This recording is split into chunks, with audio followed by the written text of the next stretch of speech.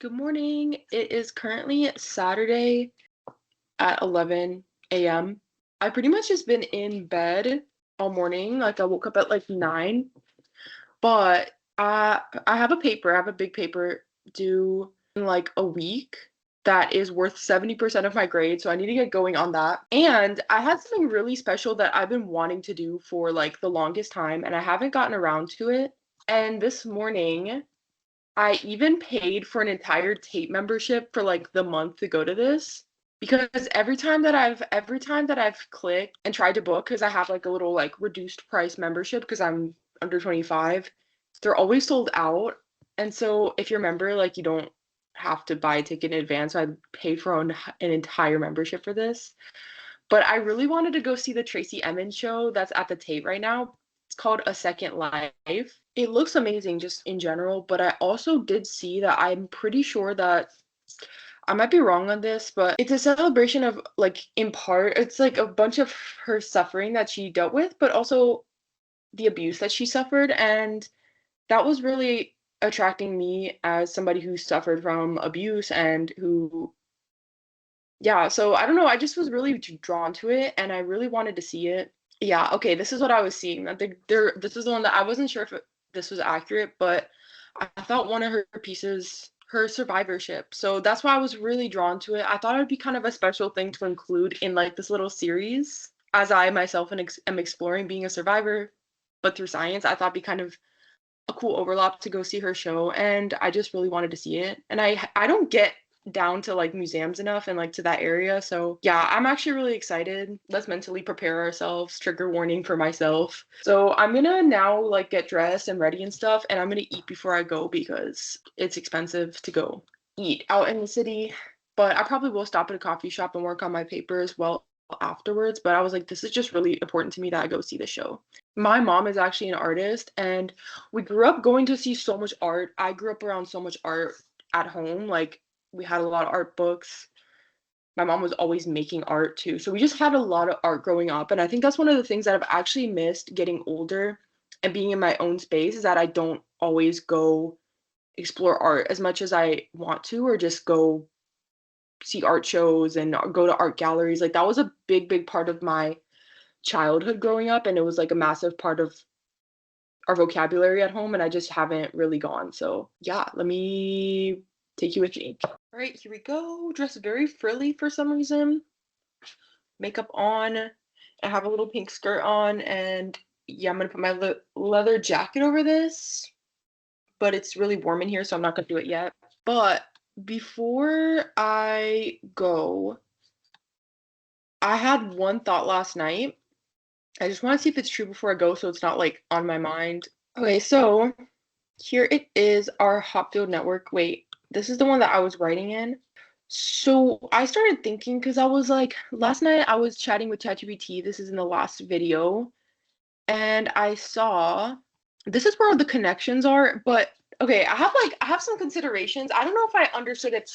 Like I haven't grasped it fully yet, abstractly, I guess.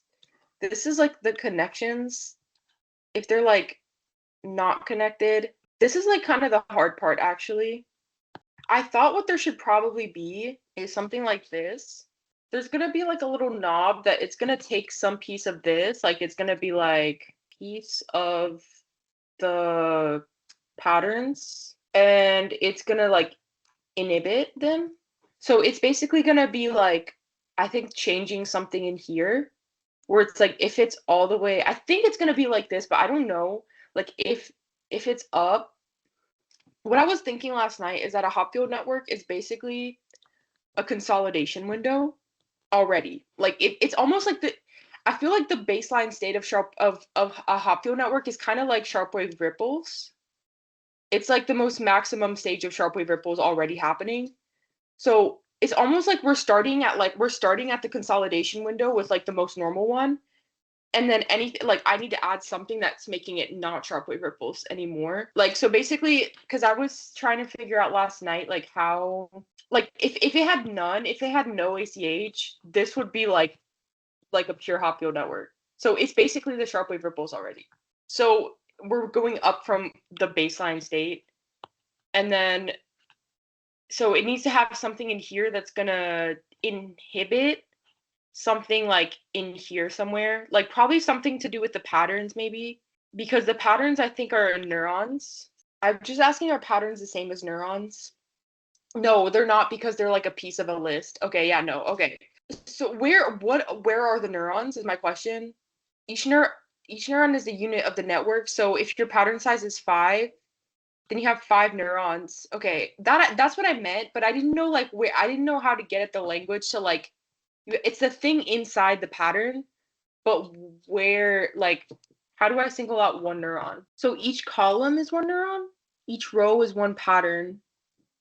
So every column, okay, so that's not, it doesn't, I don't know. That's information. I'm gonna come back to this. I don't fully feel like ready to tackle this, but I just thought it's gonna be like this, like it's gonna be inhibiting something in here because at its baseline state, like sharp wave ripples are a Hopfield network, kind of. Like they're like what a Hopfield network is doing. Because a Hopfield network is never in a state of arousal. Like it's only just like processing the memory, unless you add something to put it in a state of arousal. Like it's not like it's like alive and alert and awake. So it's kind of like I have to include alertness in it. So yeah, that's what I'm doing. Now we're gonna eat lunch.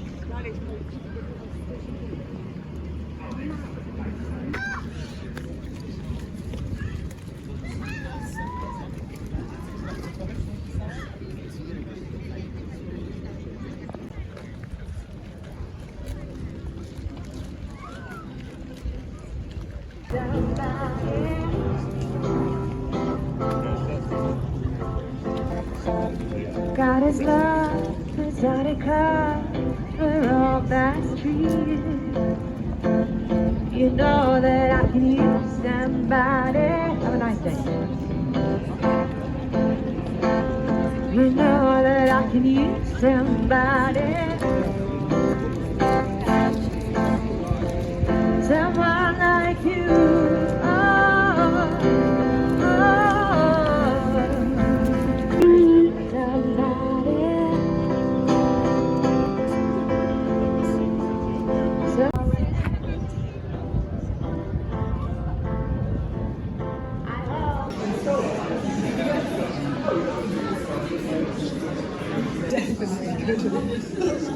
and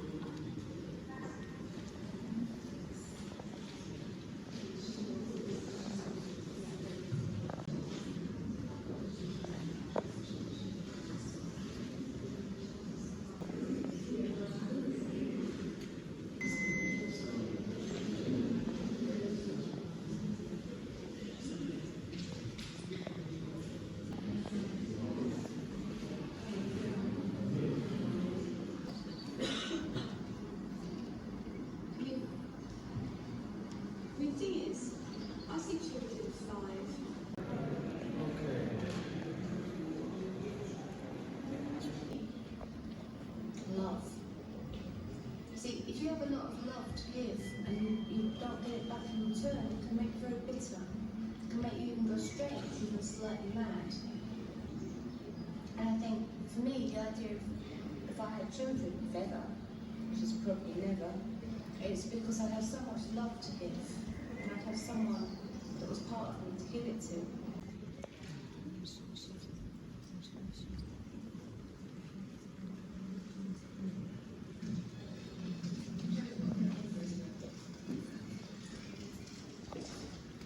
I mean, I don't know how old this tree is. It could be 2 years, it could be 5 years. But one thing's for sure, when I was this tree wasn't here then. It had no life then.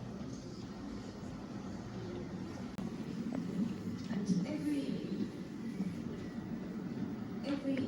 May the 1st, I always think, oh, this is my anniversary. This is my abortion anniversary. And then in the autumn, when I see all the leaves on the ground, I always think, oh, this is when I would have had a baby in the autumn. This would have been his birthday.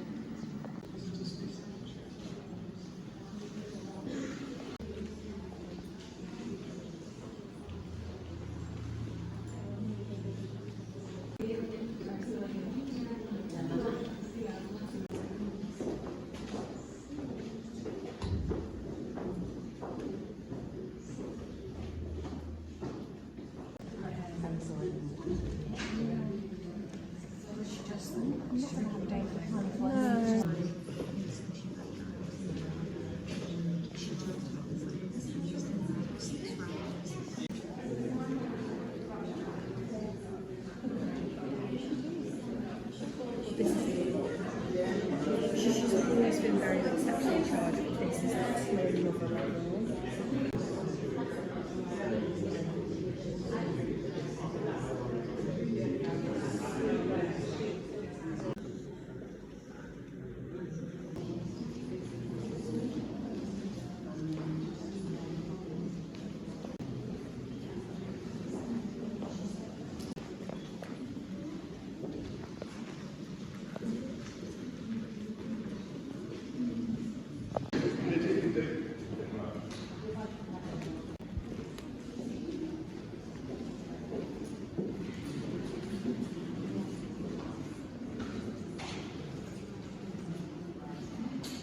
Hi, it's editing Raquel.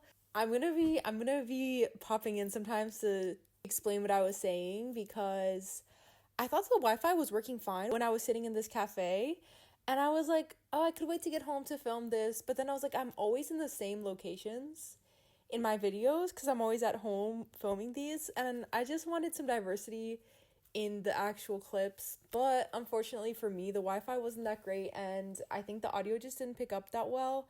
But then I didn't want to refilm it because I wanted to show you my raw thought process, and I was so excited to say everything, so it just all came out like so naturally, and then I just was like, oh, I don't want to refilm it because then I'd have to be fake about it, and yeah, so if you hear me popping in from time to time, just know that's why. All right. It was so good. I was saying that it was very raw and vulnerable. Like she had I want to understand more what the surgery was, but she had a life threatening condition at some point, and she had to get a surgery. And there was one room that was just pictures of her body after the surgery. So it was a very very raw show, and talking about her grief and then how she PTSD she was dealing with from I think the abortion that she had, and she ended up putting herself in a room for a certain amount of time.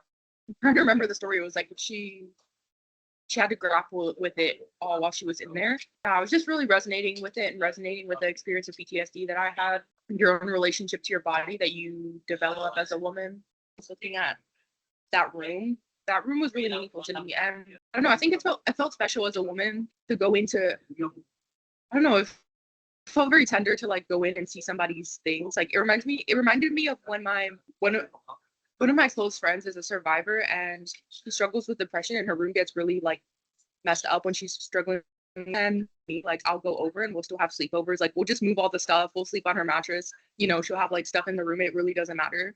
And I think there's something that comes from like the love of understanding some, like stepping in your best friend's depression room a little bit. And I I didn't know how to touch on what I was feeling at this piece, but it was like I was reflecting on like you would have no way of knowing all of the people who loved you who would come into that room as well.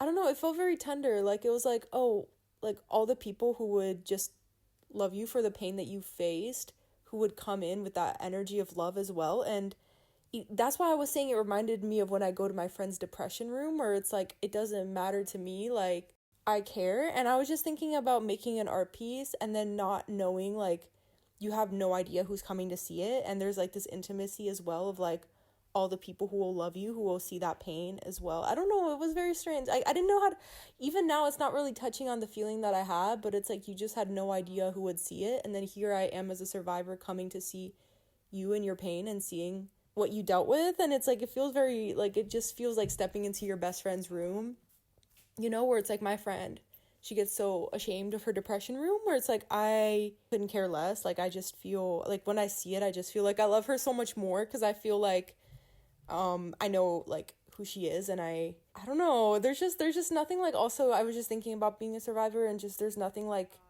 being with another survivor as well, and just like knowing you just see them in such a tender way. And I was just thinking about that in the room. And I've been thinking about this with my own experiences, and like you never know, once your things are out there, you just don't know the lives you're going to touch as well. And like you don't know the people that are going to see you and understand.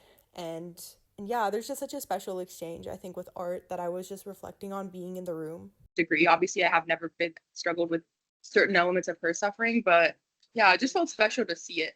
It really made you feel intimate with her as well. And there's videos of her doing interviews, and there was one specific part of one interview where she was talking about her trauma anniversary, and she was talking about how every year at the same time that she has the abortion, she will think about the abortion, and then every time that it's the fall, she thinks about the fact that the baby would have been born around that same time. I also started thinking about the difference between relatability and rawness, and I was reflecting on how in today's world, relatability is like a form of currency, that for somebody to be relatable, it's like very marketable.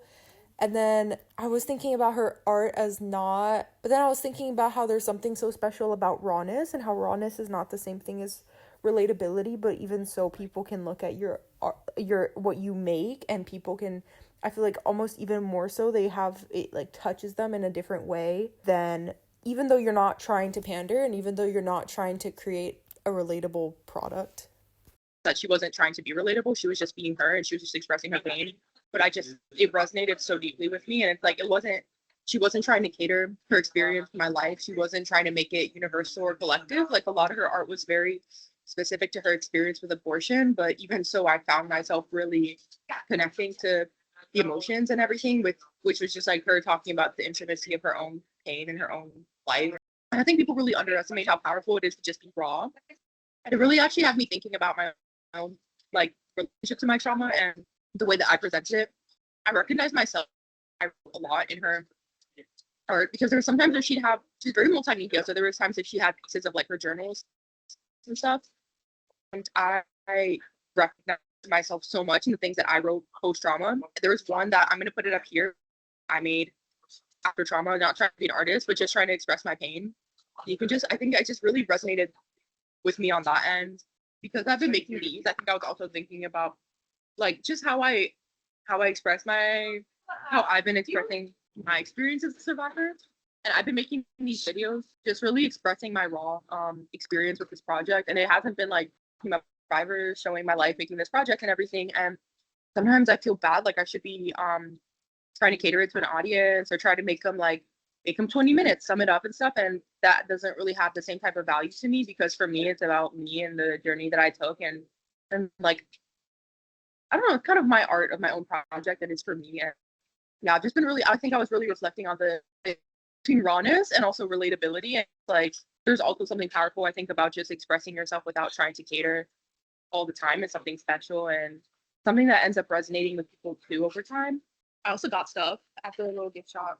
I usually don't buy stuff after the show, but I actually started thinking when I left that like I should make a little this whole experience has been so special for me, of like doing this science, and it's been so personal for me, and like there hasn't been any audience, but it's still been really special. And like I wanted to make this whole journey as a keepsake for myself. And then I thought maybe I should make like a little box of like keepsakes for my project for myself. And lots of things. I got this little pin that just I just really liked it. I wasn't gonna get it, but it's really beautiful. It actually reminded me of my mom's textiles too, because my mom does like just a lot of different type of art, but she does like these textile pieces. I wish I could show it better. I'll try to include like a little picture, but it really reminded me of that, so it also felt kind of personal. And then it just says the name of the show on the back. And I got some postcards. These are probably going in my keepsake box. You can see this was probably my favorite painting in the whole show. I had a few paintings that I really liked a lot. This one, this one I loved too. So good. This one was called You Kept It Coming. This one was I watched my friend. There's these suitcases in the back. And then I got a little book of which is really cool. And I think some of these weren't even in the show, unless I just missed them because it was packed in there. There's a lot of people for like a full hour, but wait guys down a little. And then like in terms of, I think it just opened like weeks ago, so a lot of people have been there. So I might go back, but it was really cool. And then I just got another book that they have like these interrelated books because it's the Tate Modern, and it was just called Living Cross. It's called The Princess of 72nd Street. And I started talking about a new different piece that I really, really liked as well, where you were sitting down. Where you're just sitting down on the, like, there's these little chairs. I had it in the shots, and there's a small TV, and you're just listening to the conversation between her and her mom, and it was so intimate. I saw people watching it, and I was like, not really, I was like, oh, it's cool. Like, I guess I'll go hear it. But once you're really sitting down and you're tuned into the conversation and you're watching it in this tiny TV, even though the TV's really old and it's like clearly like shot in the past, or you just feel like you're there for some reason. You really, I don't know if it's because it's such an intimate conversation, or there's just something about it that I truly felt like I was in that room having that conversation, and it was such an intimate piece, and it actually made me kind of sad. It made me really sad. And she has another piece later that I also put in like holding her mother's ashes. So it was really sad. Like you got to know her mom and then you see her holding the ashes. So it was also felt a bit emotional, but yeah, it was amazing.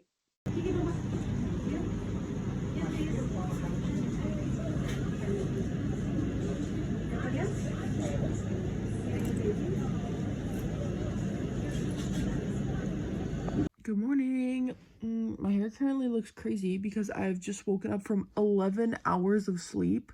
I just could not get out of bed. It's a Monday.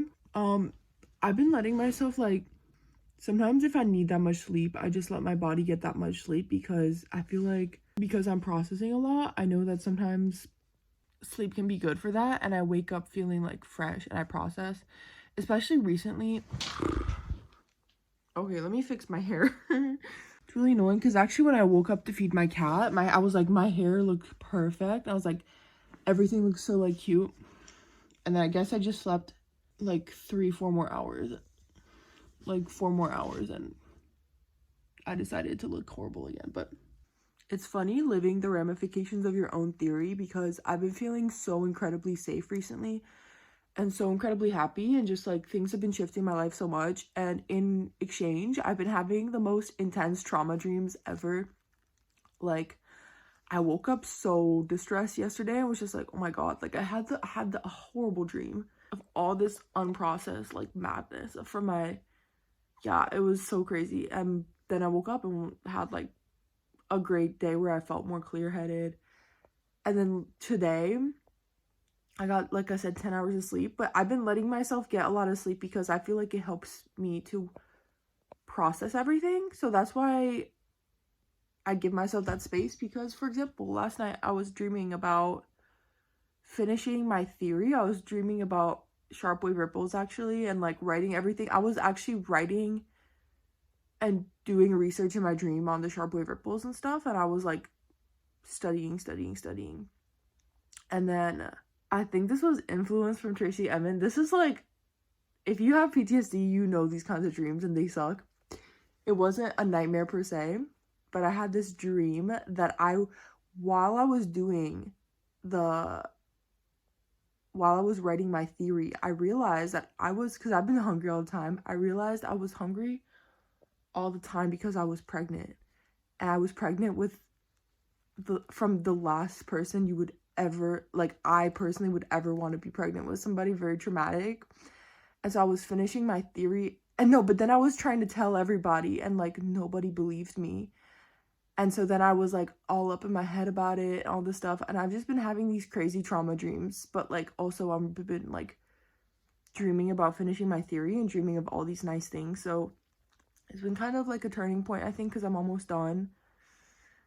Yeah, but yeah, and then in the dream I was like, do I put them up for adoption? I was like, would I want to see that face every day? Just awful stuff. I don't know if I was just influenced by the show or like what, because I was thinking about that in the show. But yeah, PTSD core. But because I did got all that sleep, and because I've been having these trauma dreams, I'm like, I just know that today I'm gonna get some really, really good stuff from out of myself, like in the next day or two. That's how it goes. I process my trauma, and then my brain is like sharp and clear and crisp, and all like underneath I've been processing all this information and all this stuff, and I'm like, okay, now like stuff is really gonna come together. I just know it. All right, we're gonna see if the time for that is maybe right now. I was watching back my footage from when I was trying to talk about the Tracy Emin show, and I was like, I need to get a camera so bad, like a YouTube camera. The reason I don't super like filming myself on my phone is because, like, you're all close. So, like, the thing about my laptop camera, the reason I always film on it is that you get that, like, I look more proportionate and everything. Like, even I was like, oh, my hair looks so bad, and now I'm seeing myself like my full face. I'm like, I look completely fine, and it was just that my phone looks so, it's not I think it's kind of like awkward for shooting yourself.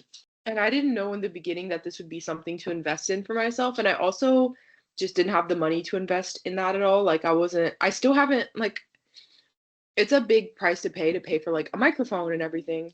The other thing about my iPhone is that I have to figure out getting it on, like, it's always a big hassle to get it on my laptop and then like figure out where the timing is, and it just messes everything up. But I don't know. I need a camera.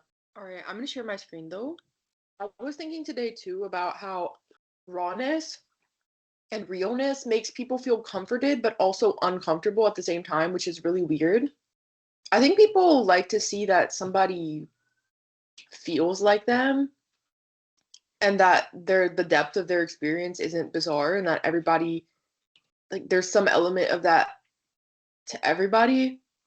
But at the same time, I think especially nowadays, I was thinking about how early, like, for example, early YouTube was just a bunch of random people with like their cameras and just doing randomness and having, you know what I mean, like filming their cats or making like how to's. And now it's like this whole super commercialized thing where everybody has like a super like fancy camera setup, and you're like, you got the ring light and like all this stuff. And it's like, it's not like, obviously, I think the more we go along, the more we've learned to commercialize ourselves, to the point that I think sometimes seeing people just raw makes people feel uncomfortable. And I've been watching this YouTuber who, um, she's having a very, very raw experience.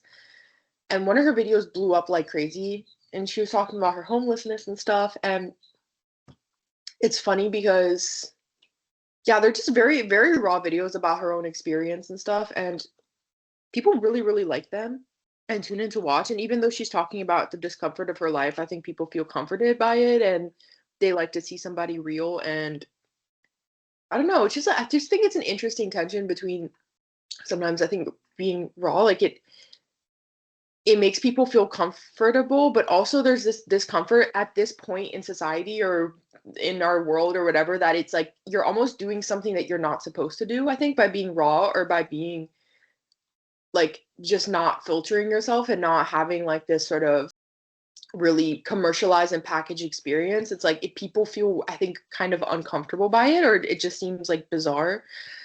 So yeah, I don't know. It's pretty interesting. I think the way that we relate to rawness now, like everything, especially, I just think that in this stage in capitalism, everything is like super duper like catered to an audience and catered to a market.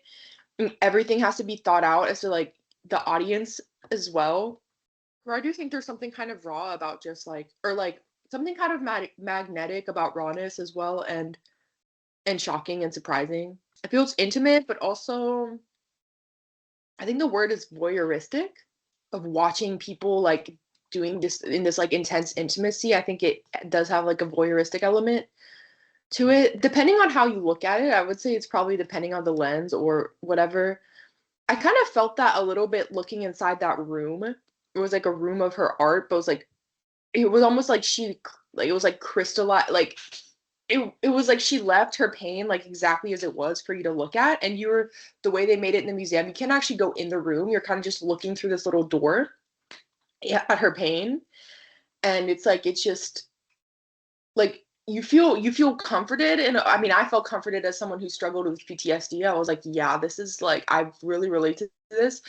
At the same time, it's like, am I supposed to be here? And like it feels like very, yeah, there's something about rawness, I think, that just really evokes that experience. And I've seen that through certain YouTube channels that are like, even I would think, I think small YouTube channels, which mine is right now, but like other small YouTube channels where people are kind of like, it's kind of dingy and imperfect, and people don't have like a perfect camera, and they're not like, they're not like this super catered package of like, how am I going to make this look good for everybody? Like, it kind of makes you love it, and then at the same time you're like, this isn't for me to see. I don't know, it's kind of strange. And when you think about it, everything on the internet is actually kind of voyeuristic, because you're like getting these parasocial relationships of people, and you're looking at their kids, and you're like, even influencers, like they generate that relationship and that parasocial relationship where you're like, I want to see in your house, and I want to see in your life. And I remember I like to watch this YouTuber. She's very big. Her name is Hitomi Mochizuki. She's very popular. She's got like 1 million followers. And I stumbled across, and I really like her. Like, I watch her videos a lot, and I remember coming across her hate page, and like on Reddit, people on Reddit are so miserable. It's crazy. And somebody was getting mad because they were saying they don't like her as much anymore, because she doesn't talk about, like, she'll like kind of, she's almost like an emotional tease, in that she'll tell you a little bit of her life, but she won't tell you all the details. It's like, does she owe you the details? What, you're not there to, like, she's not your friend. She's making video content on the internet. And I think there's this really awkward kind of like, why would you think that she owes you that energy, or like all the details is insane. But yeah, I just think it's like pretty interesting, where it's like that, even though like the YouTube and all those things are like very commercialized now, where it's like, I feel like we're encouraged to like reduce that edge of like everything. Like, you are looking at my life, but it's this version of my life that's super catered to you, and it like, you take away that rawness of it by making it beautiful, and by like packaging it, and kind of like, at the same time, like, I think it's like, actually, even though people want to see like everything about you, they also like, even so, seeing things that are raw like makes them uncomfortable. Like, actually, like, if you were to just be like, okay, yeah, so actually I went today to the market, and then like I really needed to pee, like all this stuff that people be like, ew, like what?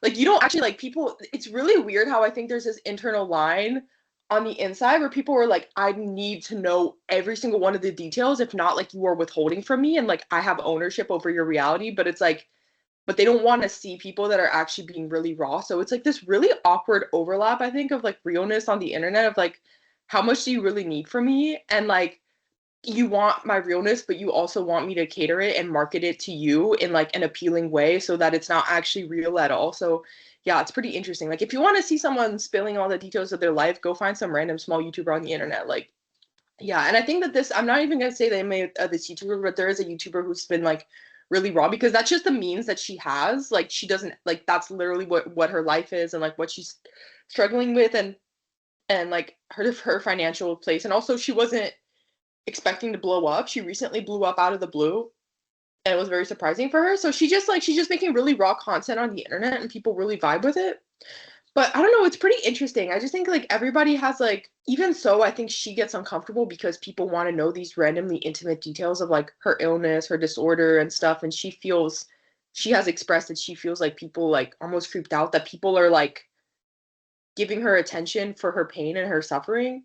Yeah, I don't know, it's pretty bizarre, but the internet is just a weird place for that.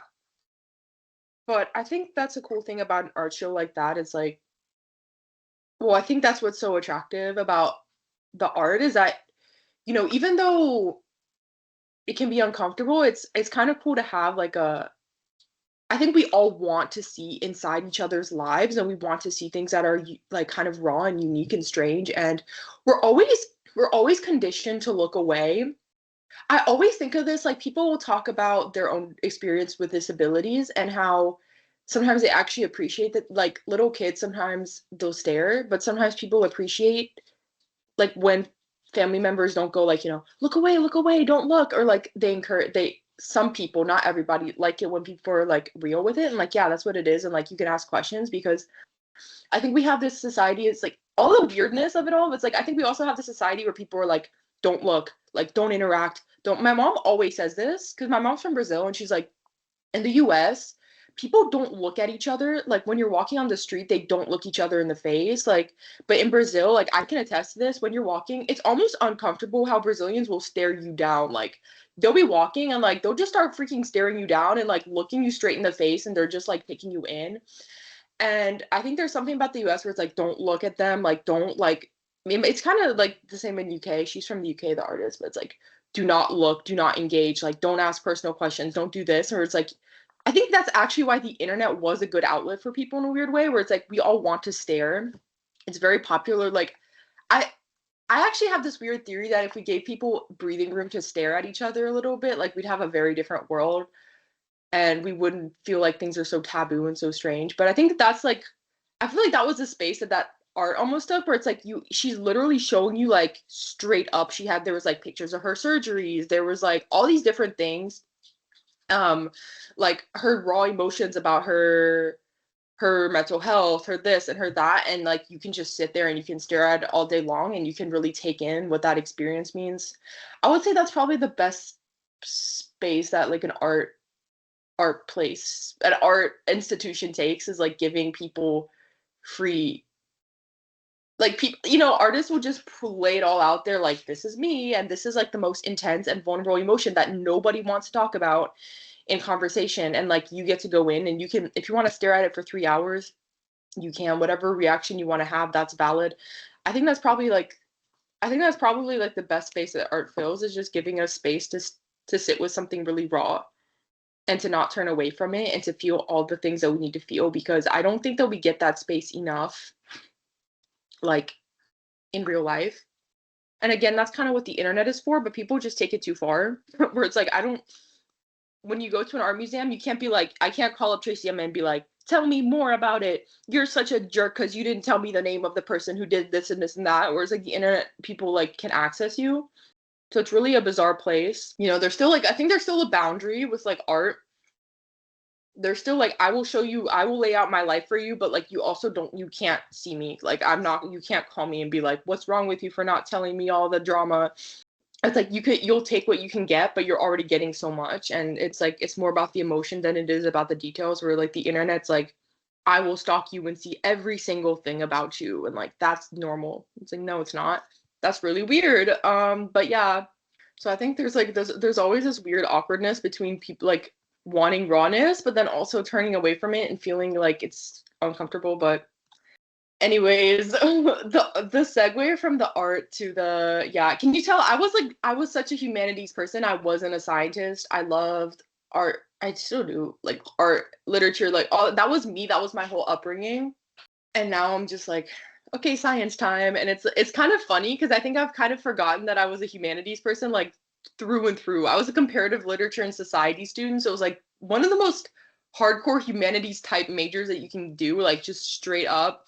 We're like doing conversations about this kind of stuff all the time. Or it's like I kind of forget. I think I've been so immersed in this that I kind of forget that like this is not where I came from at all, and it wasn't really my interest. But I was just like, okay, this is, I guess, what I have to be now. But it's kind of nice sometimes. Like I think I haven't been reading like literature and going to see art shows and stuff. So it's like a humanities day for me. Hate pages online are the craziest thing ever. I was like trying to figure out where to go next with this. I have this YouTuber that I love. And I won't say her name because people are like, the haters are just like, it's a little much. She does nothing wrong. She's genuinely like the most wholesome soul like ever. I've been watching her for years. I love her account. And she does study YouTube, but she's also very like, she's got this very vintagey feel to her. She's very, very popular. I just won't say her name because like the hate's kind of mean and weird. But she literally does nothing wrong. Like all she does is like she reads her books, she makes cute videos about her books, and she genuinely has no beef, no drama. She's unproblematic. And you get to her hate pages, like people are so miserable is actually insane. And it's like they'll be like saying all this random and hateful stuff about her, and I'm like, you genuinely like how soulless and weird do you have to be to find hate about anybody under the sun? It's crazy. Actually, looking at that taught me a lesson because I was like, truly, you can be the kindest person on earth. You can be doing nothing wrong and still somebody will hate you. It's crazy. Or still somebody will have a weird opinion about you. Like I was just like, that's just part of being alive. Like if you breathe, people be like, but why is she stealing air from the sky though? Like why is she breathing air that could go to animals? And like, that's like human supremacy. Or like if you like genuinely, or they'd be like, yeah, the way she breathes is kind of weird. Like, can she like breathe a little slower? Like, genuinely, you can do anything and people will find a reason to hate you if they're miserable like that. And it's pretty crazy, but yeah, I don't know. I was talking about this to my sister. I was showing her these hate pages and I was like, and then I showed her the girl who they were talking about. I was like, can you believe it? Can you believe it? Because she's so wholesome and she's not doing anything wrong. Like, she's just being a cute little study YouTuber. And it's really insane. Yeah. Meanwhile, the question is always, where's your YouTube and where's your audience then? If you're gonna be saying all that. Since you know so much better and since like, you're just like a perfect and amazing person, show me yours. Like find it for me. Tell me about it. All right, so now awkward segue. We're just gonna go back. I'm gonna open Jupyter Lab again. Oh, okay, so where on earth, what am I inhibiting? That's like my big question. I actually, when I was walking to the Tracy Emin show, like I got the image of it where it's not, I understood what like how it was explained, where it was like it's not that they're disconnected, it's that all of them are speaking less to each other. So all of them are like, let's see, I'm gonna go like back, I'm gonna work backwards a little bit and see like how I can get to this answer. Okay, so in recurrent excitation, the neurons are communicating to each other, each connected to each other, but not to themselves. So that's a recurrent like network, recurrent connection. So this is built into the Hopfield network. If I wanted to make acetylcholine, I would have to make it so that as the ACH goes up, all of these connections are getting inhibited, making them less strong and weaker as acetylcholine goes up. Is that right? Where is this connection featured in the code? Okay, so it is in that weight section. I'm going to show you the code that I'm working with. I feel like a surgeon recently. This whole thing has felt very surgical. Like, where is it? So this is it. So it was saying that it's in the weight section, which here and here, I think. So your code enforces this in the NP fill. Where's NP fill? This right here. That removes self connections. And then the connections themselves are stored in the weights matrix. Where's weights? Here. And here. Okay, so where neurons communicate in the code. No, noisy pattern. I thought noisy pattern would be like the new, isn't it? This is noisy patterns. NP sign dot. Okay, right here. I wish I could highlight, but I don't think that works. That happens. So this right here is let's make like, I'm gonna copy this. Can I copy this? This computes the input to every neuron. So each neuron receives input from all other neurons. This line represents the entire recurrent network interaction. So this is probably where things are gonna go differently, I'm guessing. So how would you implement that in the code? Scale the weights. So effective weights 1 minus ACH times weights, then use. Okay. So ACH is gonna have like, I should make something called effective weights. And then that goes in there. So why this matters for memory replay. This is apparently where the recurrent excitation is happening. So here's where it's gonna get, like, we're gonna put something here. So here, like, okay, so what it's trying to say is that here, as the ACH is like a number, as ACH is going up, I think the weights are scaling down. Or no, is that wrong? Is that the opposite? Yeah, in this spot. So it was saying that something needs to be multiplied here. That's gonna be like my ACH kind of energy. That's so what's left for me to do is basically to figure out how this is going to be written. Now, it's actually not the last thing for me to do because I have other things to learn. So, for example, mine is probably going to have to be more like complex than this one. Am I going to have that energy function? All these different things that are a little bit more technical, but at least we figured out like where exactly things are going to probably go down. And I think I'm gonna take a pause and go do my other work and stuff, and then come back maybe later tonight or tomorrow because I do have a paper due worth 70% of my grade due on Monday, and I'm really nervous for that. So it will be a slow week, but sometimes that's like not a bad thing. All right, so I'm gonna pretty much stop it here. I'm gonna show you what I was doing today, which was just finding more papers on acetylcholine.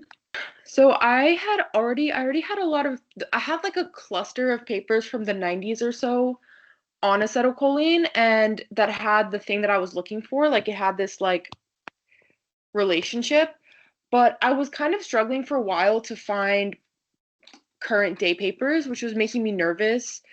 Um, it was like there was like this little family of them. Let me just open this while I'm here. But anyways, I'm seeing like more papers to open. You can see I have a lot open right now.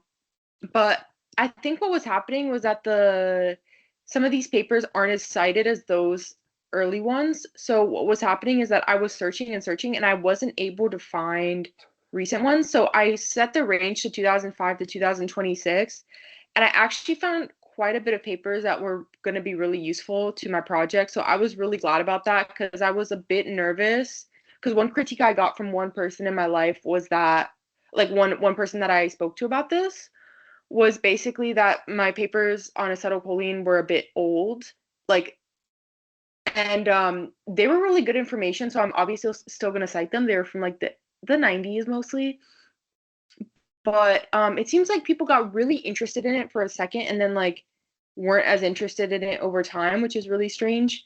But I actually did find papers. I had to be a little bit more creative, so I found some more stuff. I actually was even finding papers that were like kind of backing. Let me find it. This isn't the only one, but I was finding quite a bit that were giving me information about the idea that there's like a salience element post stress, and yeah, I was just finding lots of good papers, so that made me feel a lot better because I was kind of nervous about that. And my paper now is a lot more focused, but I think I have a clearer sense of like how I'm going to paint this picture and explaining why it is that there was kind of like a post stress effect and just kind of backing that idea is what I'm kind of going for right now. So that's really where I've been with this. Yeah, that's pretty much it for now. That's what I'm going to continue to do. I haven't seen my supervisor in quite a bit and like maybe 2 weeks, like 2.5 weeks, and then I'm still not gonna see him for another 2 weeks. But I'm really hoping that by the time I see him, I've actually already run test trials like on this. That's my goal. So then when I see him, like my goal when I see him, because I don't get to see him very often at all, and our conversations are very short, because he's a busy man and I'm just a random master student. Basically, I want to have really specific things that I'm gonna ask him about, and I just don't like, I want to have like a high impact conversation if I won't get to see him that long. So hopefully by then I will have run these models, like mini ones, and then I'm thinking that next time I see him, I'll be able to ask him about like the nitty gritty. So like for example, if I can run mine with, oh, who knows, maybe I'll be beyond that, honestly. I work on this really often, but I'm gonna add that energy thing, I think. I'm gonna try to figure out like energy and how it works and how to incorporate that. I'm gonna pay for Claude Code next Monday when I get my student loans in, and that'll elevate it, I think. And then I have certain details to figure out about like how many neurons do I need? Like I'm guessing the amount I have is like really, really small. I'm having trouble understanding how to find a good paper on like top field networks and this to see, like, compare to, but we have 2 weeks. I'll probably get that done within 2 weeks anyways. And yeah, I don't get to see my supervisor that much. So when I do, it's like, what can I get from this, like, really quick? And then I'm just like on my way. But also, we're in our last 2 weeks of classes. So by the time, I don't know, it'll like summer will hit and then it'll just be me working on like this actual paper. And I actually have like quite a lot done already. So that makes me feel good. And hopefully it'll just be fine tuning and just like, because the next big challenge after I actually run this is I have to figure out how to run, like, how to analyze it and how to actually write a results section. And then the discussion section I'm not so worried about. It's the results section that makes me a bit nervous because I don't know, like, I don't know how to do that. So yeah, we still have quite a bit left to go, but I think like every step of the way it's like a chip, another chip down the line, but it's still kind of like there's so much learning to do still at every point. I'm like, "Oh my God, like okay, I did it. Like I learned the hot field network and I learned this," and it's like, "But you don't know how to write the results section." I'm like, "Oh my God." I'm just like my brain, I'm so brain dead. Like I'm really tired and I keep being like one more step and it's like when will the steps end? I don't want any more steps. I don't. But I'm almost done, so that's good. But anyways, I hope you enjoyed my little visit to Tracy Emin's show. This is kind of like a special side episode, I guess. And we did make good progress though. Yeah. I love art. I like it a lot and I grew up with it a lot and I miss art. I miss going to art museums. And yes, the next thing that I have to go see is the Nigerian modernism show before that goes away. So, anyways, yes, bye.